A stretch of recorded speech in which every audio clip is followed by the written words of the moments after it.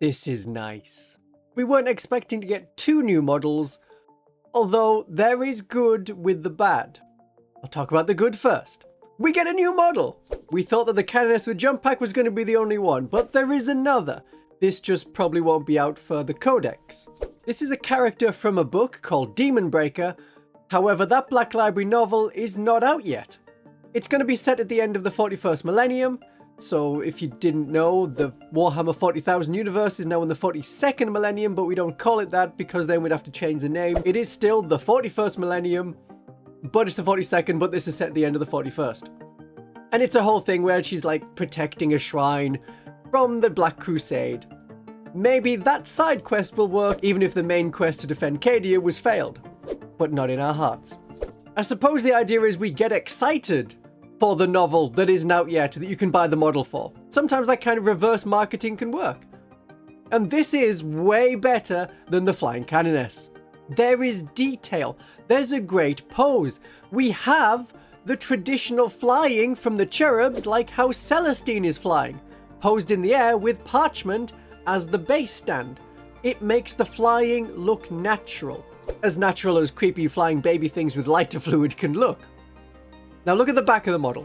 There's a lot of nice detail there, wonderful shield, and a very nice Sacred Rose icon. I like it. I like it. Yes, I see the fleur-de-lis flames on the sword. That is obviously the French lily, and is maybe going to make it a bit difficult to paint. But never mind, this is awesome, and love for Saint Arabella and the Sacred Rose? Oh yes, something other than Our Martyred Lady and the occasional bit that's like the 9th edition meta of the Bloody Rose. If you're about to type in the comments how much you love the Valorous Heart, did you start in 8th edition? They were the meta then.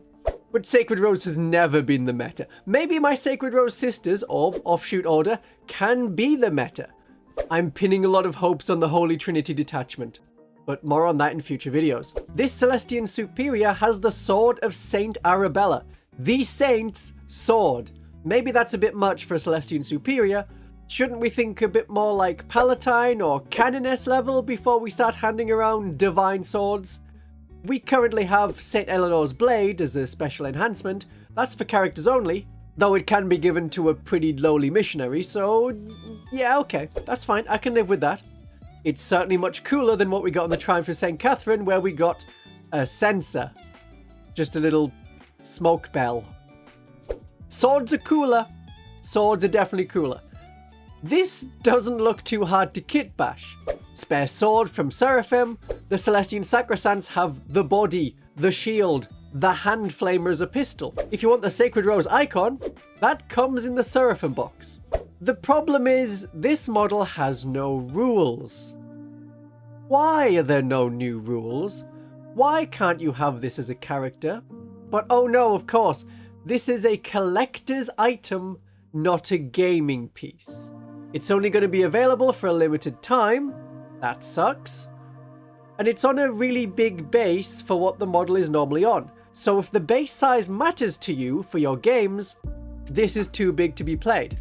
It's going to depend a bit on the tournament. Some of them use the Games Workshop adage of just use the base it came on, so if you have the older Metal Battle Sisters, 25mm is fine. Then the newer ones, some of them are on 28mm, some of them are on 32mm.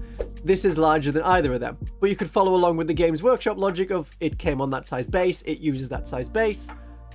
Other tournaments are like, no, this is the set base size for every single unit. But outside of tournaments, it's a cool model.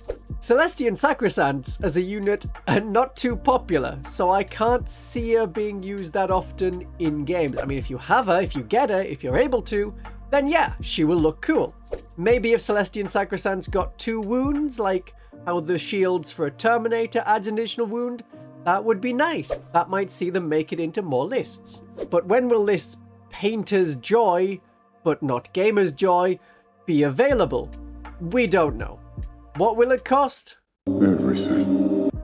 At least £21, which is what the Pious Vaughn model when she is now on her own sprue and can be bought alone. I have more to say on that in my next video.